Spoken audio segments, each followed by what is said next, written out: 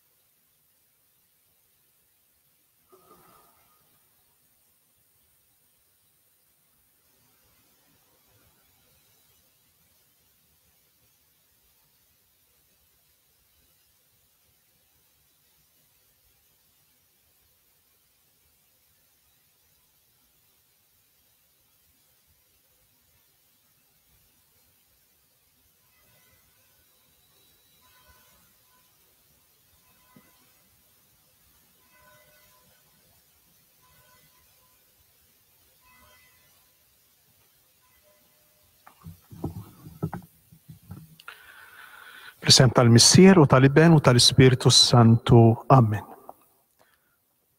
Nitolbu. Missier ħanin, int għamiltna l-koll differenti minn xulxin u tajtna il-kapaċità li nħobbu u nirrispettaw lil xulxin. Inti taf li d-differenzi ta' bejnietna spiss iwasluna biex nitlewmu u niġġieldu bejnietna. Nitolbuk għatina umiltà biex narfu li aħna l-koll dajfin. U narfu wkoll li spiss inweġġgħu lil xulxin. Intaf li xi drabi inweġġgħu lil xulxin mingħajr ma nafu u mingħajr ma nkunu rridu. U drabi oħra mbuttati minn weġat jew minn rabja, qisu nkunu rridu nagħmlu vendetta ma' min weġġana. Għatina l-lejla li nħossu il-maħfra tiegħek u imlina bimħabba kbira li tkun tiflaħ saħansitra għal weġat tal-persuni li nħobbu. Inti li tgħix wis-saltan għal dejjem ta' dejjem. Amen. Il-lejla tajba, nittama li l-lum il-sound, il-kliem jinstema ċar mhux bħal bieraħ, il-kappellani pruvaħ darbtejn jew tlieta qabel biex ikun ċert li żgur li l-lejla il-pritka tal-eżerċizzi tasal għand kulħadd. Il-lejla ser nitkellmu ftit dwar skill oħra, kapaċità oħra importanti li ta' min jeżerċita ruħu fija matul l-eżerċizzi tar-Randan. Hija kapaċità importanti ħafna fil-koppja, il-kapaċità illi ma naqblux imma ma niġġildux. Il-koppja ma tistax ma titlewwemx xi kultant. It-tilwim jagħmel parti, in-nuqqas taqbil jagħmel parti mill-ħajja tal-familja, mill-ħajja tal-koppja miż-żewġa. Imma l-koppja tista' ma taqbilx, anzi, Alla ħares tkun taqbel dejjem u f'kollox. Imma ma jfissirx illi meta ma taqbilx trid bil-fors tiġġieled. Ngħid Alla ħares taqbel dejjem u f'kollox għaliex dawk il-koppji, dawk il-familji li jkunu jaqblu dejjem u f'kollox u ħadd qatt ma jirribella ftit jew ma jikkritika ftit jew ma jgerger ftit, ifisser li jkun hemm xi ħadd li jkun f'saħħtu jew karattru f'saħħtu, ikun imexxi u xi ħadd ieħor li jkun jitmexxa. Xi ħadd ieħor illi jkun sempliċement isegwi dak li l-persuna l-oħra tikkmanda jew dak li l-persuna l-oħra tkun trid. Allura li koppja tidħol f'konflitt ifisser illi ż-żewġ persuni, it-tnejn li huma l-mara u r-raġel, għandhom konsapevolezza u ma konxji illi għandhom personalità, illi għandhom identità. Kull wieħed għandu ideat tiegħu, opinjonijiet tiegħu, xewqat tiegħu u jesprimihom. Għalhekk il-koppja tidħol f'konflitt. Mela, il-fatti juru illi f'kull relazzjoni kun hemm nuqqas taqbil. Ma nafx jekk illum kellkomx xi konflitt. Jekk kellkom xi konflitt, illum jew forsi għadkom sħan fuq xi konflitt, hekk naħseb din il-priedka tot ħafna għalikom il-lejla. Mhux possibbli mela li koppja taqbel dejjem u f'kollox. U lanqas ma jkun possibbli però illi koppja tirreżisti, koppja tgħix, koppja tkampa fit-tul jekk il-ħin kollu hemm fuq ix jiġġieldu, jekk qegħdin f'konflitt kontinwu. Il-ħajja ta' koppja bħal din issir ħafna diffiċli kemm għall-koppja, għar-raġel u l-mara kif ukoll l-tfal. Imma aħna nafu li qisu fil-familja, f'kull familja, qisu hemm dejjem żewġ enerġiji, qisu żewġ kurrenti, qisu żewġ tirjieħ, wieħed kontra l-ieħor. Hemm rieħ kurrent illi jġib kontinwament lill-familja fil-konflitt. Qisu kontinwament il-familja ikollha xi ħaġa fuq ix ma taqbilx. Imma mbagħad l-esperjenza anki tagħkom tallimkom illi qisu hemm rieħ ieħor kontra, hemm kurrent ieħor kontra, illi jipprova jagħmel kull ma jista' dan il-kurrent biex il-konflitt li jinqala jitranġa. Allura mela hemm żewġ enerġiji kontra xulxin, enerġija li taqla il-konflitti u enerġija li tikkalma il-konflitti fil-familja. Issa l-importanti li dik l-enerġija li tikkalma l-konflitti tkun daqsxejn iktar f'saħħitha mill-oħra. Għax jekk l-enerġija li taqla l-konflitti, id-diskussjonijiet, it-tilwim, il-ġlied, ikun ħafna iktar fil-kwantità, fil-ħin, milli jkunu momenti ta' kalma, ta' paċi, il-koppja tispiċċa biex tgħejja. Interessanti għaliex aħna nafu li il-konflitt jagħmel parti mill-istorja tal-koppja sa mill-bidunet. Wara li l-ktib tal-Ġenesi jirrakkonta l-ħolqien ta' Adam u Eva u kienu kuntenti fil-ġnien, igawdu fil-ġnien tal-Eden, igawdu id-doni, ir-rigali kbar li Alla kien tagħhom, inqala mill-ewwel il-konflitt. U l-konflitt jinqala ħafna drabi frott dak li semmejna fl-ewwel priedka tal-Eżerċizzi, frott is-superbja, frott l-opinjoni ta' dak li jkun illi ma jċedijiex, illi mhux kapaċi, imbagħad semmejni iktar il-bieraħ, mhux kapaċi nagħmel spazju għall-opinjoni tal-ieħor, mhux kapaċi nisma' tassew lill-ieħor. U hekk ġralhom Adam u Eva. Mill-bidunet nafu li inqala konflitt għaliex għax Eva kienet mis-siġra illi Alla kien qalilhom biex ma jiklux minnha, tat lil Adam u meta Alla niżel fil-ġnien u Adam u Eva ndunaw li żbaljaw, l-ewwel ħaġa li jagħmel Adam x'għamel x'kienet? Mhux jien Eva. U inqala il-konflitt. Wieħed beda iwaħħal fl-ieħor, Eva lil Adam se titqaltlu jien tajtilek u inti ħatta.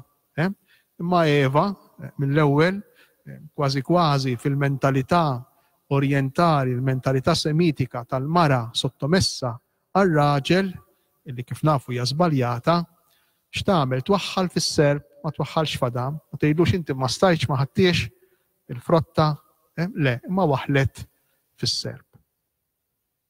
U allura mill-bidunet il-konflitt jagħmel parti mill-ħajja tal-familja, mhux tal-li hekk tal-imbagħad kif nafu dan il-konflitt kien aktar aħrax tant li skappa il-mejjet kien hemm l-omiċidju meta Abel u Kajjin u liet Adam u Eva kellhom xi jgħidu bl-ikraħ u saħansitra wieħed qatel lill-ieħor.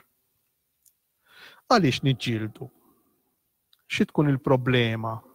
Ekku se nsemmi 10 raġunijiet fil-qosor ħafna biex nippruvaw imbagħad ngħaddu għal parti iktar propożittiva, iktar kif kieku l-aħjar niddiljaw mal-konflitti fil-ħajja tal-familja.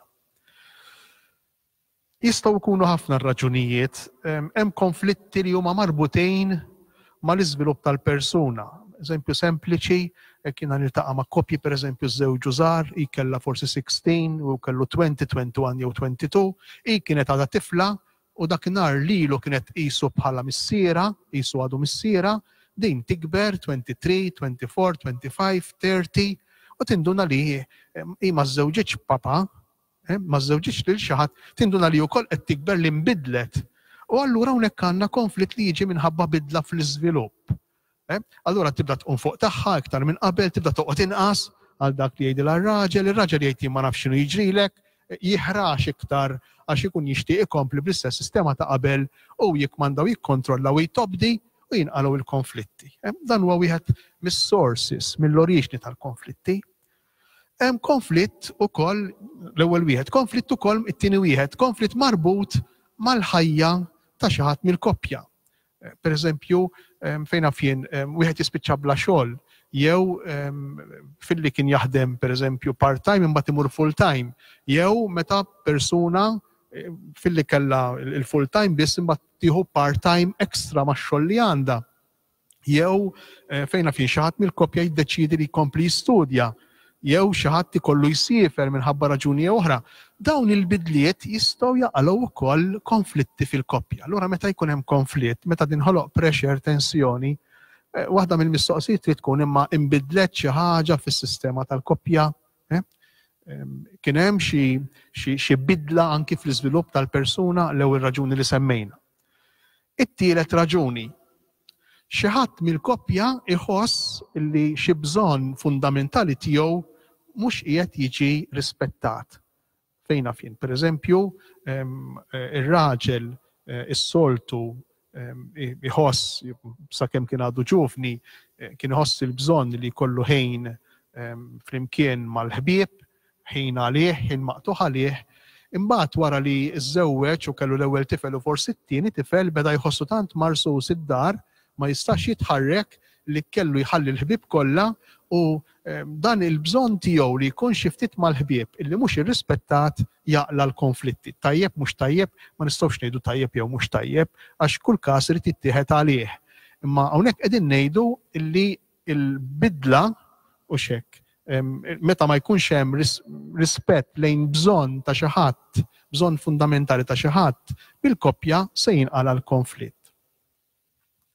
Raġuni oħra għalfejn jinqala l-konflitt hija meta tinqala sitwazzjoni ta' stress.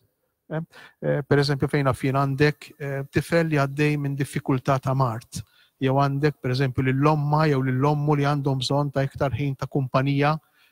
Meta jkun hemm sitwazzjonijiet ta' stress li jaqalgħu stress fuq il-familja, jista' jkun li jinqala l-konflitt. Hawnhekk wieħed irid joqgħod ħafna attent għaliex għax suppost f'dawn il-momenti aktar ninaqdu qaqgħodxa flimkien, hekk jiena jiġuni frasi Marija u Giuseppi ifittxu lil Ġesu meta ntilef.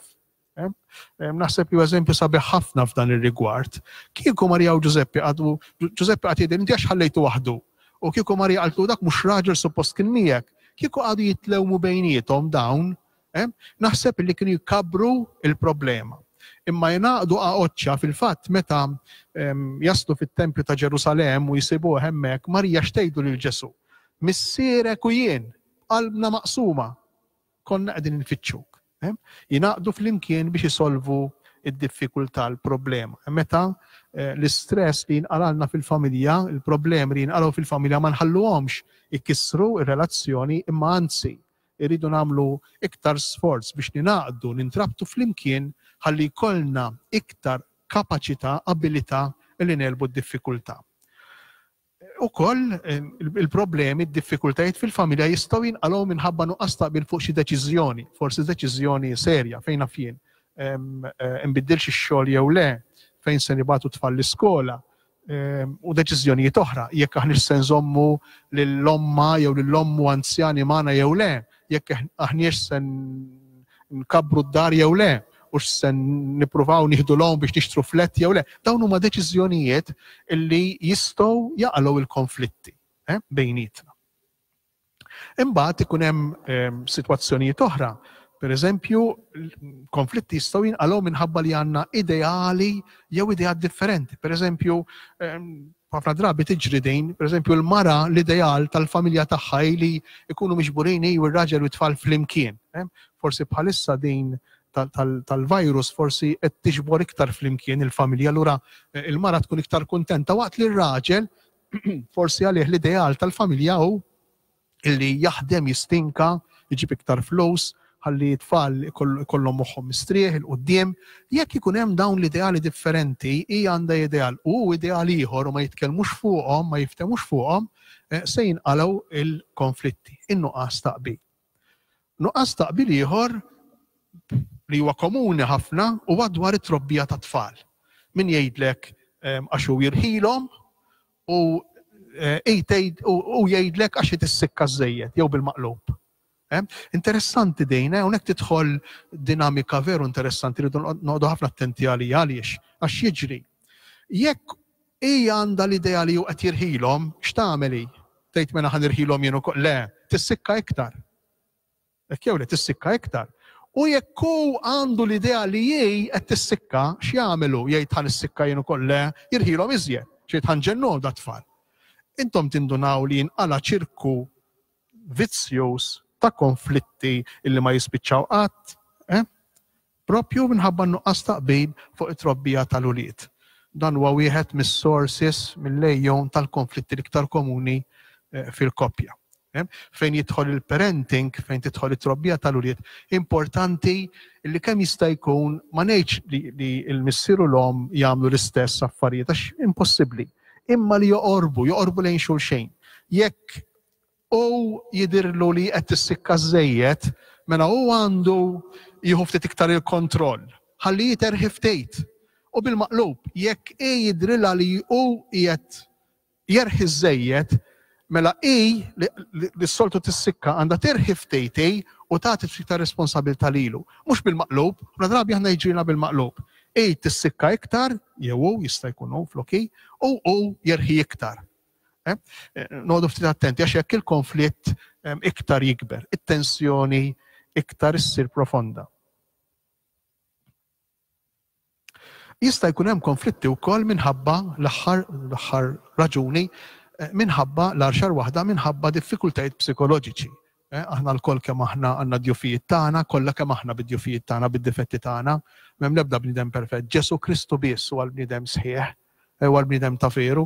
U allura l-koll min forsi jieħu ftit għalih iż-żejjed, forsi min jaħseb illi kulħadd kontra tiegħu, forsi min daqqa jkun il fuq ħafna u oħra jkun taħt l-art fil-mod tiegħu. Allura l-koll kemm aħna nbagħtu minn xi ħaġa. Ukoll dawn is-sitwazzjonijiet huma sors jaqilgħu il-konflitti. Issa kif nistgħu nirreaġixxu għal konflitti? Nistgħu nirreaġixxu b'diversi modi għal konflitti tagħna. Nistgħu ma nitkellmux naqgħu fil-muta, nistgħu nilagħbuha qisu ma jiġri xejn, nistgħu nagħtu t-tort dejjem lil persuna waħda. It-tlieta li huma forsi aħjar ikunu mod ieħor, pereżempju li naqgħu fil-muta ma nitkellmux hekk fuqha u mod ieħor ta' kif inkunu rrabjati għal xulxejn. Jekk it-towl huwa approvat, jekk din il-ħaġa it-towl fi żmien jisu fejn fien din tiġri, niltaqa' ma' diversi koppji li jiġrilhom hekk. Pereżempju jtgħidlu fejn fien, pereżempju għati ftit kasi iktar, tagħtinix iktar mill-lar, jew bil-maqlub, mhux bil-fors dejjem hi l-vittma, jista' jkun hu l-vittma, jew bil-maqlub. U jekk hu ma jismax, imbagħad xiġri laqqas tibqa' tgħidlu. Imma x'ikun qiegħed jiġri fil-qalb tagħha u tiegħu, ikunu qegħdin jitbedu affettivament minn xulxejn. U dan insejħulu bil-mod il-mod divorzju emottiv. Jiġifieri ma jibqgħux propju assolutament f'kuntatt emozjonali emottiv ma' xulxin. U intom tafu li meta tonqos din l-emozzjoni mbagħad ikun diffiċli ħafna biex tipprova tirranġa l-affarijiet. L-emozzjonijiet mhumiex kollox fir-relazzjoni, anzi, aħna nafu nitkellmu fuq iktar għada. Aħna nafu li l-imħabba ta' veru mhix biss emozzjoni, anzi tmur ħafna lil mill-emozzjoni. Imma l-emozzjoni rridu nieħdu ħsiebha wkoll. U jekk għal tul ta' żmien jiena ngħidlek, imbagħad ma nibqax ngħidlek, imbagħad xiġri ma nibqgħux niġġieldu, nibirdu tnejn. U kważi kemm xi ħadd mill-koppja ma jħoss ma jaħsibx li l-affarijiet sejrin sew għax m'għadniex nillatikaw bħal qabel, ma fil-fatt x'ikun qiegħed jiġri. Inkunu qegħdin immewtu dak li qegħdin inħossu lejn xulxin, saħansitra anki r-rabja lejn xulxin. Tant immewtuha ma nibqgħux inħossu xejn lejn xulxin. U meta jiġri hekk imbagħad ikun diffiċli ħafna, tinħoloq qisha ngħidula rejection, qisu dak li jkun ma jkunx irid jara l-persuna l-oħra iktar. Il-persuna li tant kont tħobb, li tant kont immaġina li se tagħmel affarijiet sbieħ magħha, li tant kont qed taħseb li se tinbilek ħajtek bil-ferħ meta kont warajjes dik il-persuna jiġrilek illi minħabba li tkun iddeludietek, ikollok delużjoni, stennejt ħaġa u sibt totalment ħaġa oħra, tispiċċa biex tifrustrak u tispiċċa biex tagħmlek tgħix il-ħajja bidwejja u tispiċċa ma trix tara b'għajnejk. Ma ngħidux li m'hemmx soluzzjoni anki għal dejn, però iktar ma wieħed jaħkem il-konflitt fil-bidu tiegħu, iktar ma l-proċess ikun għadu fil-bidu ma jkunx daqshekk niżel fil-fond tal-emozzjonijiet tal-persuna, iktar hemm ċans li relazzjoni titranġa. Imbagħad ukoll hemm dawk li jiżvugaw ir-rabja tagħhom, ma jqogħdux jaraw, ġifri jisparaw għalejn xulxejn għax jien hekk, għax jiena magħmul li dak li ġieni fil-sini ngħidu. Bil-mod, anke fuq dejn, ġifri kull koppja tittieħodha għalija, għax hawn forsi ma jieħux ħafna għalih, imma forsi forsi kemm hu jew kemm hi jista' jkun hu jew tista' tkun hi li jekk tkellmu b'mod goff dak li jkun jieħu għalih, dak li jkun iweġġa' u jibqa' jerfa'ha għal tul ta' żmien. Ħalli nipprova minn riċerki li saru, mill-istudju li jsir fuq il-familji fuq il-koppji, isibu li hemm 4 tipi ta' koppji, 4 modi kif il-koppji jaffrontaw il-konflitti. Hemm 3 minnhom li huma pożittivi, jiffunzjonaw, se naraw li min huma. U hemm mod minnhom, stil minnhom illi ma jiffunzjonax. Stil minnhom jispiċċa biex jifret lir-raġel mill-mara jew il-mara mir-raġel. Ħansemmihom l-ewwel l-4 li huma, imbagħad ngħid xi ħaġa fuq kull waħda fil-qosor. Mela, hemm dawk il-koppji illi jiġġieldu ġlieda kbira. Illi meta jiġġieldu ġlieda kbira jsejħulhom il-volatile couples, sambat nerġgħu nduru fuqhom. Dawn il-koppji huma meqjusin bħala dawk li jiffunzjonaw fil-fatt, anki jekk jiġġieldu ġlieda kbira. Ġifieri jara kważi u xekk kemm jagħmlilna kuraġġ dan l-istudju fl-aħħar mill-aħħar kif jgħidilna l-Vanġelu. U l-Vanġelu għalhekk u xekk jisħaq ħafna fuq il-maħfra, għaliex jisħaq fuq il-maħfra? Nitkellmu fuq koll għada. Jisħaq fuq il-maħfra għax jaf li hemm u xek l-offiża, għax jaf li aħna nweġġgħu il-xulxejn. Meta Pietru lil Ġesu qallu kien qed jitkellem fil-kuntest tal-ħajja familjari Pietru, qallu kemm irid naħfirlu lil ħija, kemm il-darba irid naħfirlu.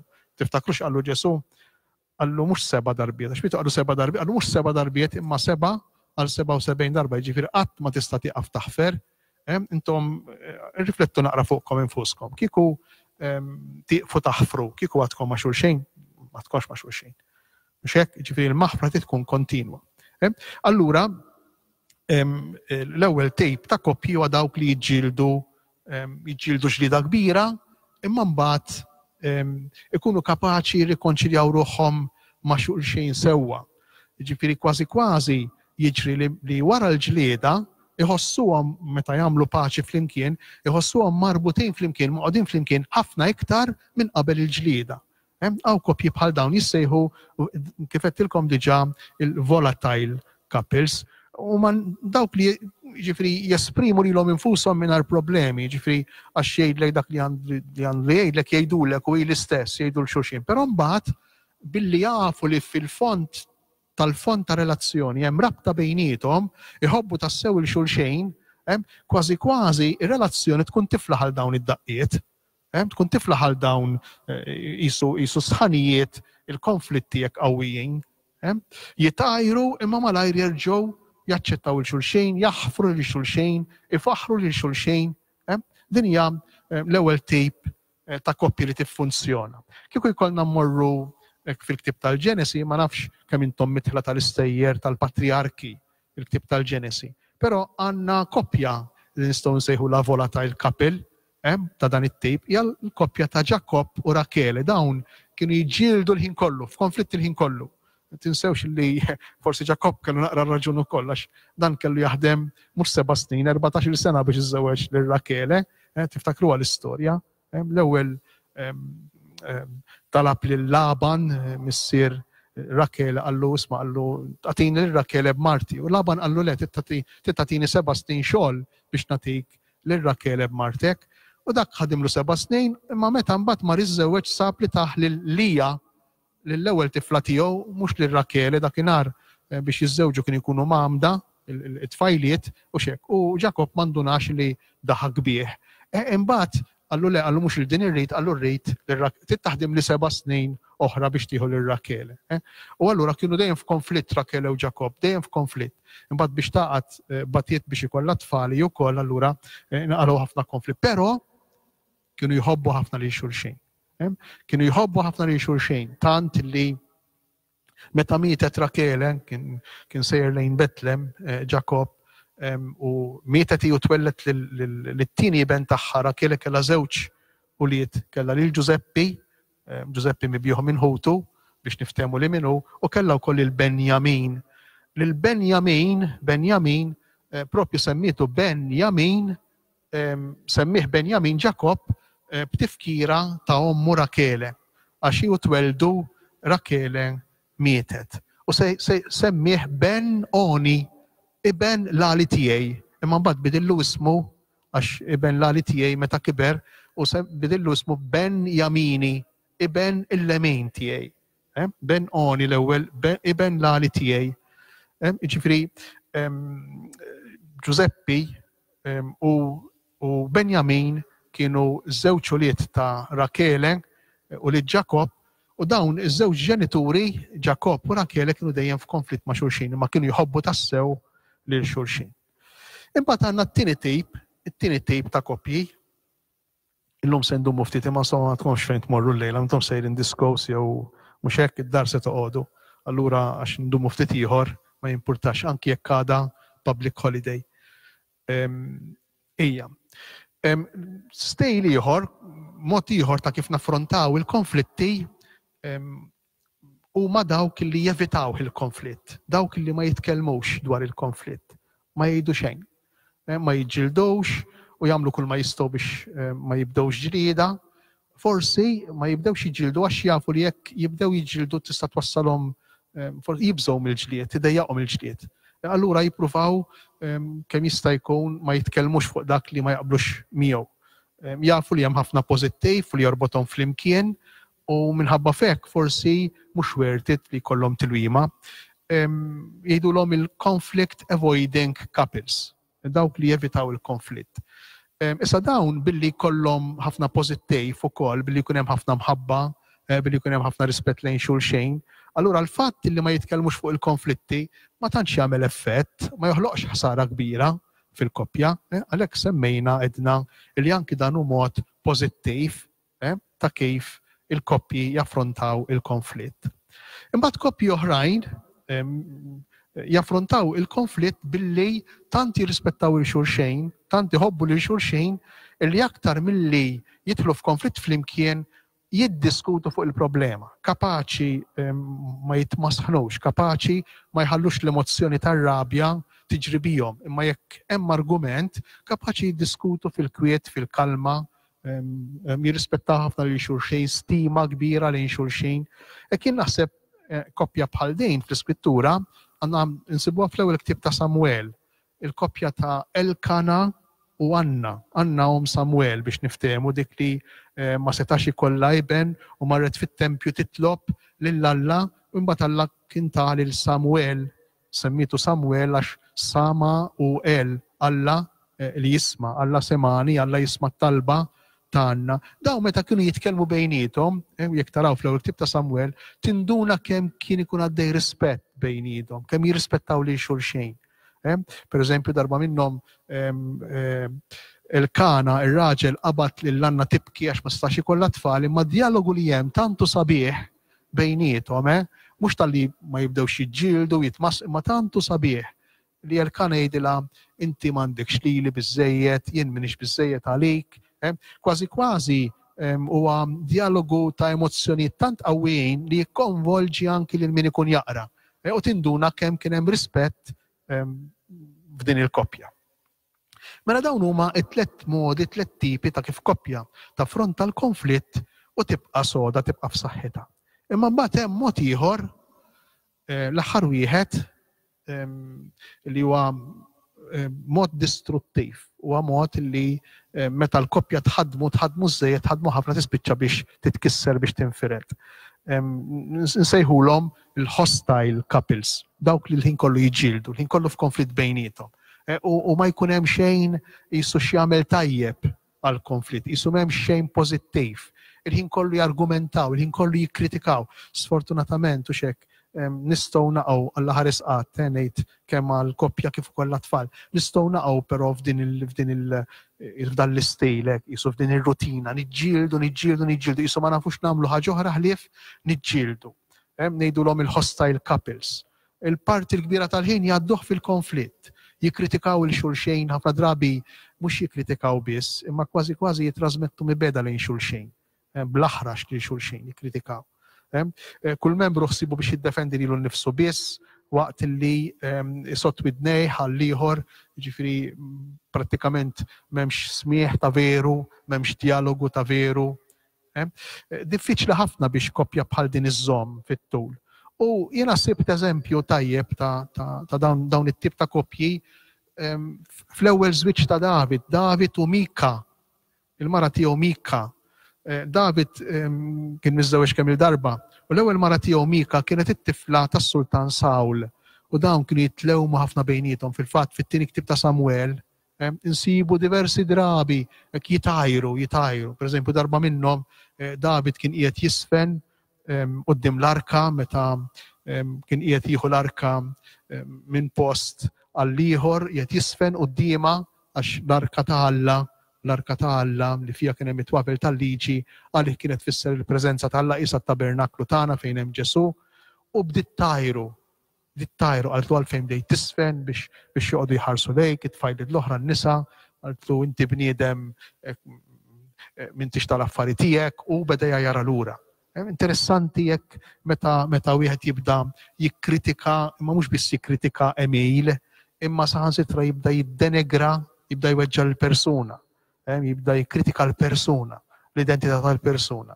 Dan ma jagħmilx ġid, Hekk fl-istudji fuq il-koppji, fuq il-familja, sabu xi ħaġa sabiħa ħafna forsi suġġeriment sempliċi ma li nistgħu nħadmuh. Sabu li fl-aħħar mill-aħħar il-koppji li jaħdmu li jiffunzjonaw bejniethom għal kull konflitt jew għal kull nuqqas taqbil jew għal kull xi ħaġa negattiva li tiġri bejniethom jiġru 5 affarijiet pożittivi. Forsi 5 komplimenti, jew forsi fejn fien tan-nieqa, imma 5. Il-proportion, ir-ratio huwa 1:5 fil-koppji li jiffunzjonaw tajjeb. Waqt li fil-koppji li ma jiffunzjonawx dawn huma studji serji xjentifiċi li jagħtu raġun fl-aħħar mill-aħħar il-Vanġelu, għax il-Vanġelu jitkellem mill-imħabba, nitkellmu fuqha għada, il-Vanġelu jitkellem mill-għaqda fiż-żwieġ, mir-rispett reċiproku, il-raġel jirrispetta lill-mara, l-mara tirrispetta lill-raġel. Dawk li jżarmaw, il-proportion qiegħda ġlieda għal 0.8 ħaġa tajba mbagħad. Mela waħda negattiva għal 0.8 pożittiva. Interessanti huma numri fl-aħħar mill-aħħar, però jistgħu jagħtuna ħiel idea u jistgħu wkoll jistimulawna ftit jgħidu nisma' għax ma nkunux fiktar pożittivi ma' xulxejn. Għax ma narax fiktar is-sabiħ tal-mara tiegħi, għax ma narax naqra iktar dak li jagħmel ir-raġel għalija u għall-familja, għax irid ingerger biss. Ħanippruvaw inkunu ftit iktar issa pożittivi u nissuġġerixxu biex m'għandhomux bess biċċa żgħira minna mbagħad forsi nirkupraw darb'oħra. Hekk suġġerimenti żgħar li jistgħu jgħinu biex ir-relazzjonijiet tagħna jissaħħu, ikunu aħjar. Biex il-konflitti tagħna ma jkissruniex, biex kif edna fil-bidu it-tilwima ma ssir ġlieda, in-nuqqas ta' qbil ma jsir ġlieda, ma jkissirniex. Mela l-ewwel qabel kollox. Meta koppja ma taqbilx fuq xi ħaġa, l-istudji juru l-importanza ta' kif tibda l-ġlieda. Mela, altru jien nibda, dak għaliex inti għamil, altru nibda b'ton diġà filgħoli, irrabjat għalik, u altru nibda, isma' inti il-biba tal-karozza għal jista' jkun intu ħirġa ħakkejta mal-garax, altru nibda jekk, altru, x'maġ, differenza kbira. Jgħidulu kif tibda l-startup, kif tibda ġlieda. Kif tibda ġlieda. Allura jekk tkun imdaħdaħ jew imdaħdħa, dieħla tiġri d-dar biex tispara u tisfoga mar-raġel, jew bil-maqlub, ir-raġel mal-mara, jaf naqra fil-bieb. Tajjeb jew għad fil-karozza, hu 4 nifsijiet qawwijin qabel. U jekk 4 mhux biżejjed hu 10. Imbagħad bil-mod, bil-kalma ibda tkellem, bil-kalma, isma'. Issa tgħidli mhux dejjem ħajrnexxieli, all right. Imma rridu nippruvaw. Jew tgħidli dawn ċuċati, le, mhumiex ċuċati jew ħmerijiet. Għax il-mod kif tibda, juri fejn sejra tispiċċa l-istorja. Jekk tibda diġà filgħoli, ara fejn se tispiċċa. Imma jekk tibda bil-mod, jista' jkun illi tasal biex l-argument ma jkissirx, anzi jibni. Mela dik l-ewwel suġġeriment. It-tieni suġġeriment importanti. Dan mhux qiegħed nagħtih jien, dan barra li jagħtih il-Vanġelu, biex il-Vanġelu l-ħin kollu rispett lejn xulxin, tiġġudikawx, u xek tinkurlax għal-ħok. Dawn huma konklużjonijiet ta' studji xjentifiċi. It-tieni suġġeriment huwa qgħod attent meta trid tikkritika xi ħaġa, ikkritika email u titfax ħtija fuq il-persuna, ikkritika email u titfax ħtija fuq il-persuna, tgħidlux u għax inti dejjem hekk tagħmel, le, ipprova, irrakkonta x'mhux jogħġbok x'ġara, mhux nattakka l-persuna. Nġibu eżempju sempliċi. Jekk fejn fien qiegħda naddaf id-dar u nħossni jiena. Tajjeb u qiegħed bil-qiegħda xxamplat jara t-television. Kont se jara xi partita futbol, imma laqas futbol ma jilagħbu bħalissa. Insomma jara jew forsi jara xi partita tal-passat. Qiegħed ixxamplat hemmhekk. Jien nista' ngħidlu ejwa m'għandek xajnejk, f'wiċċek, ejwa, nista' diġà nibda nattakka. Jew nista' ngħidlu ħaġa oħra, nista' ngħidlu inħossni jiena mejta u baqali ħafna x'innaddaf fid-dar, tgħidli jibqa' kif inhu ma jitħarrikx. Tista' tqum tgħinni ftejt. Noqogħdu naqra attenti, in-nisa joqgħdu ftit attenti għax ħafna drabi min għalihom illi l-irġiel bħalhom. U l-irġiel l-istess joqgħdu ftit attenti għax min għalihom li nisa bħalhom. Tgħidu li fiex, ħanejdilkom fiex.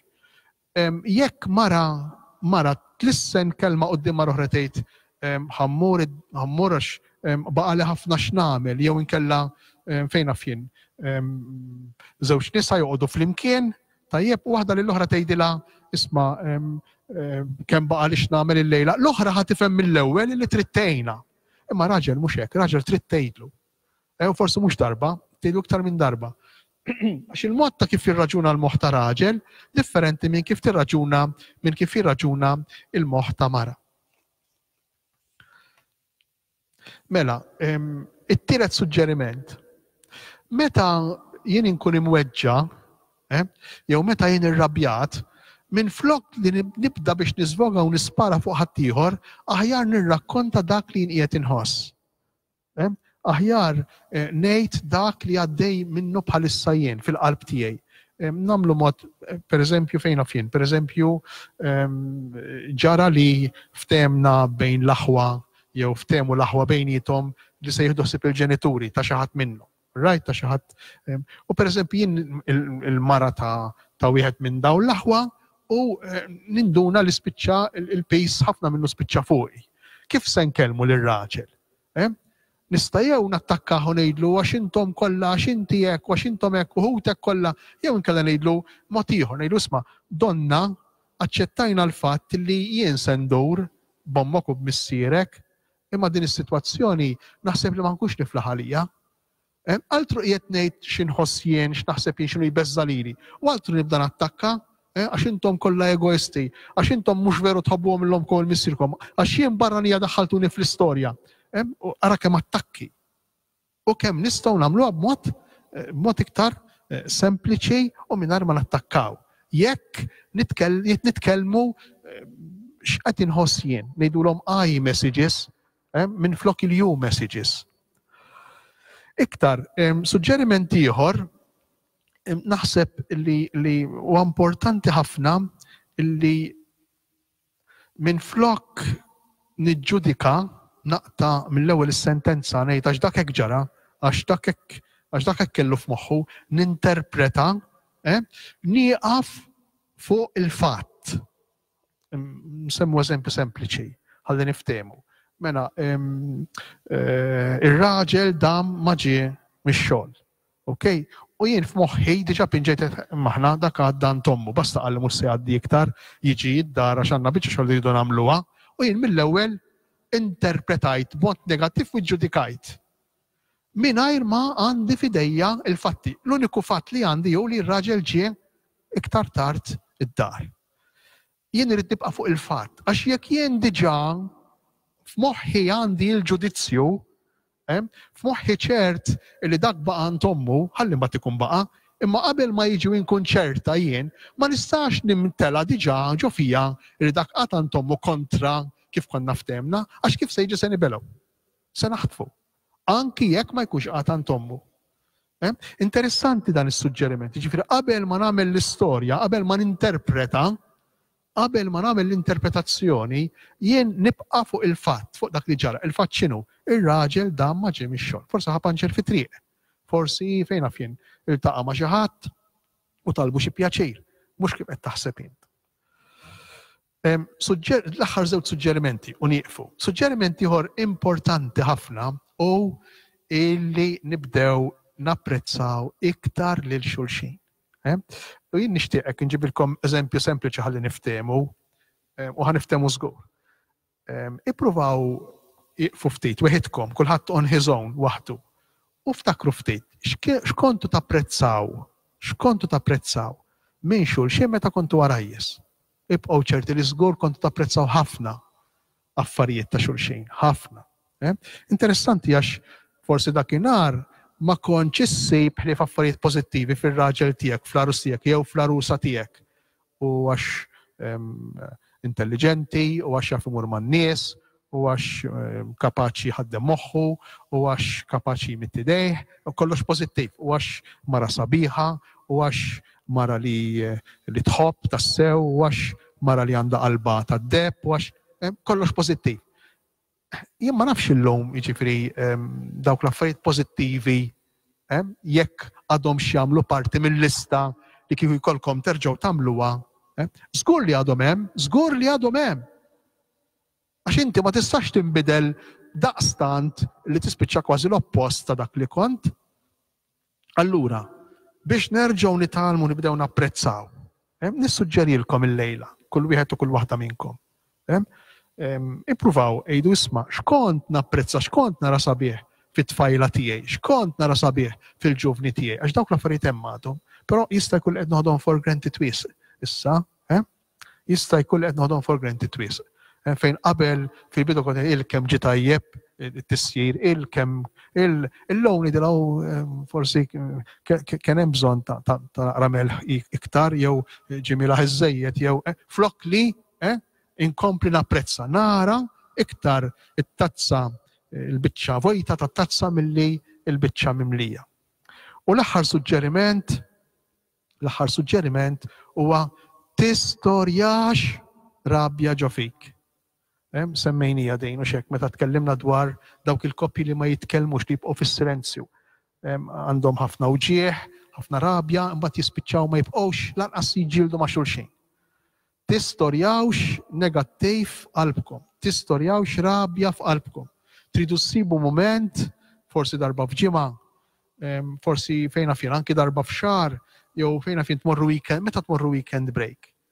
Li hija xi ħaġa tassew sabiħa. U naf li ħafna minnkom jagħmluha sekwejt. Jew meta ssifru. Ippruvaw iddedikaw sija minn dak il-ħin, għax naf li m'għandniex ħin, naf li imma sija minn dak il-ħin.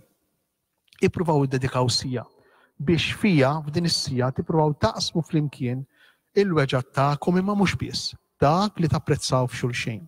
Il-bieraħ ma nafx jekk kemm ftemet il-priedka tal-bieraħ, imma l-bieraħ għedna xi ħaġa importanti ħafna, importanti. Illi aħna nidħlu f'komunjoni ma' xulxejn, jiġifieri l-imħabba tal-miżżewġejn, kif nitkellmu aktar fuq għada, l-imħabba tal-miżżewġejn ma tiddependix kemm nagħmlu sess flimkien, biss, dik ukoll tajba, importanti, imma mhux biss. L-imħabba tal-miżżewġejn tiddependi minn kemm jien għandi qalbi miftuħa biex nilqa' biċċa minnek fija. Mhux ġismek biss trid nilqa' jien u inti tilqa' lil ġismi fis-sess, le. Imma jien nilqa' dak li tħoss int, dak li taħseb int, u iktar ma nilqa' minnek saħansitra anki dak li ma joġobnejx fejk, iktar iżwiġ se jkun f'saħħtu, iktar se jkun hemm komunjoni. Allura għalhekk importanti li jkun hemm dawn il-momenti, forsi f'weekend break, jew forsi tgħidu li ma nistax bit-tfal żgħar iva, għax-xogħol immorru mingħajr it-tfal. Għax-xogħol immorru. Imma dak ma tistax tagħmel ieħor. Anke dejjem ma tistax tagħmel ieħor. U jekk inti titlaq bil-punt li ma tistax tagħmel ieħor, tissib il-ħin biex tixxerja, għax jekk ma tixxerjax, il-koppja se tmur lura, il-ħin se ssibu. It-tfal se tpoġġihom x'imkien. Ħanieqfu hawnhekk. U nixtieq nieqfu pas-soltu bi ftit adorazzjoni. Jekk nitolbu lil mulej, teħdux dan kollu li jedna, ħudu ħaġa waħda. Għax naf li jedna ħafna llejla, imma jekk laqtitek ħaġa quddiem Ġesu issa. Nissuġġerilkom li jkun hemm miskietek fil-familja. Jekk hemm it-television jixel in-naħa l-oħra jew xi ħaġa tagħti u tajat, ippruva nissuġġerixxi li jkun hemm mument ta' skiet fil-familja. It-tfu li għandkom titfu. U fi-skiet li l-mulej jitolbu fil-qalb tiegħek fuq dik il-ħaġa li inti jixtieq titolbu fuqha.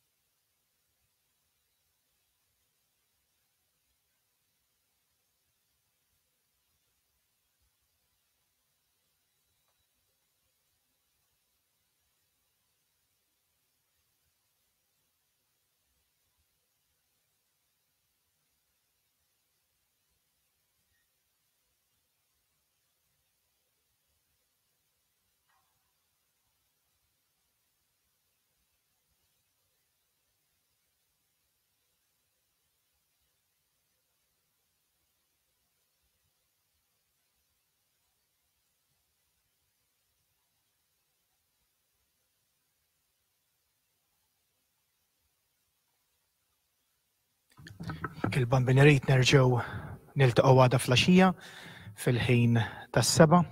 Sa dak il-ħin il-bambin iberikkom u jagħtikom is-saħħa.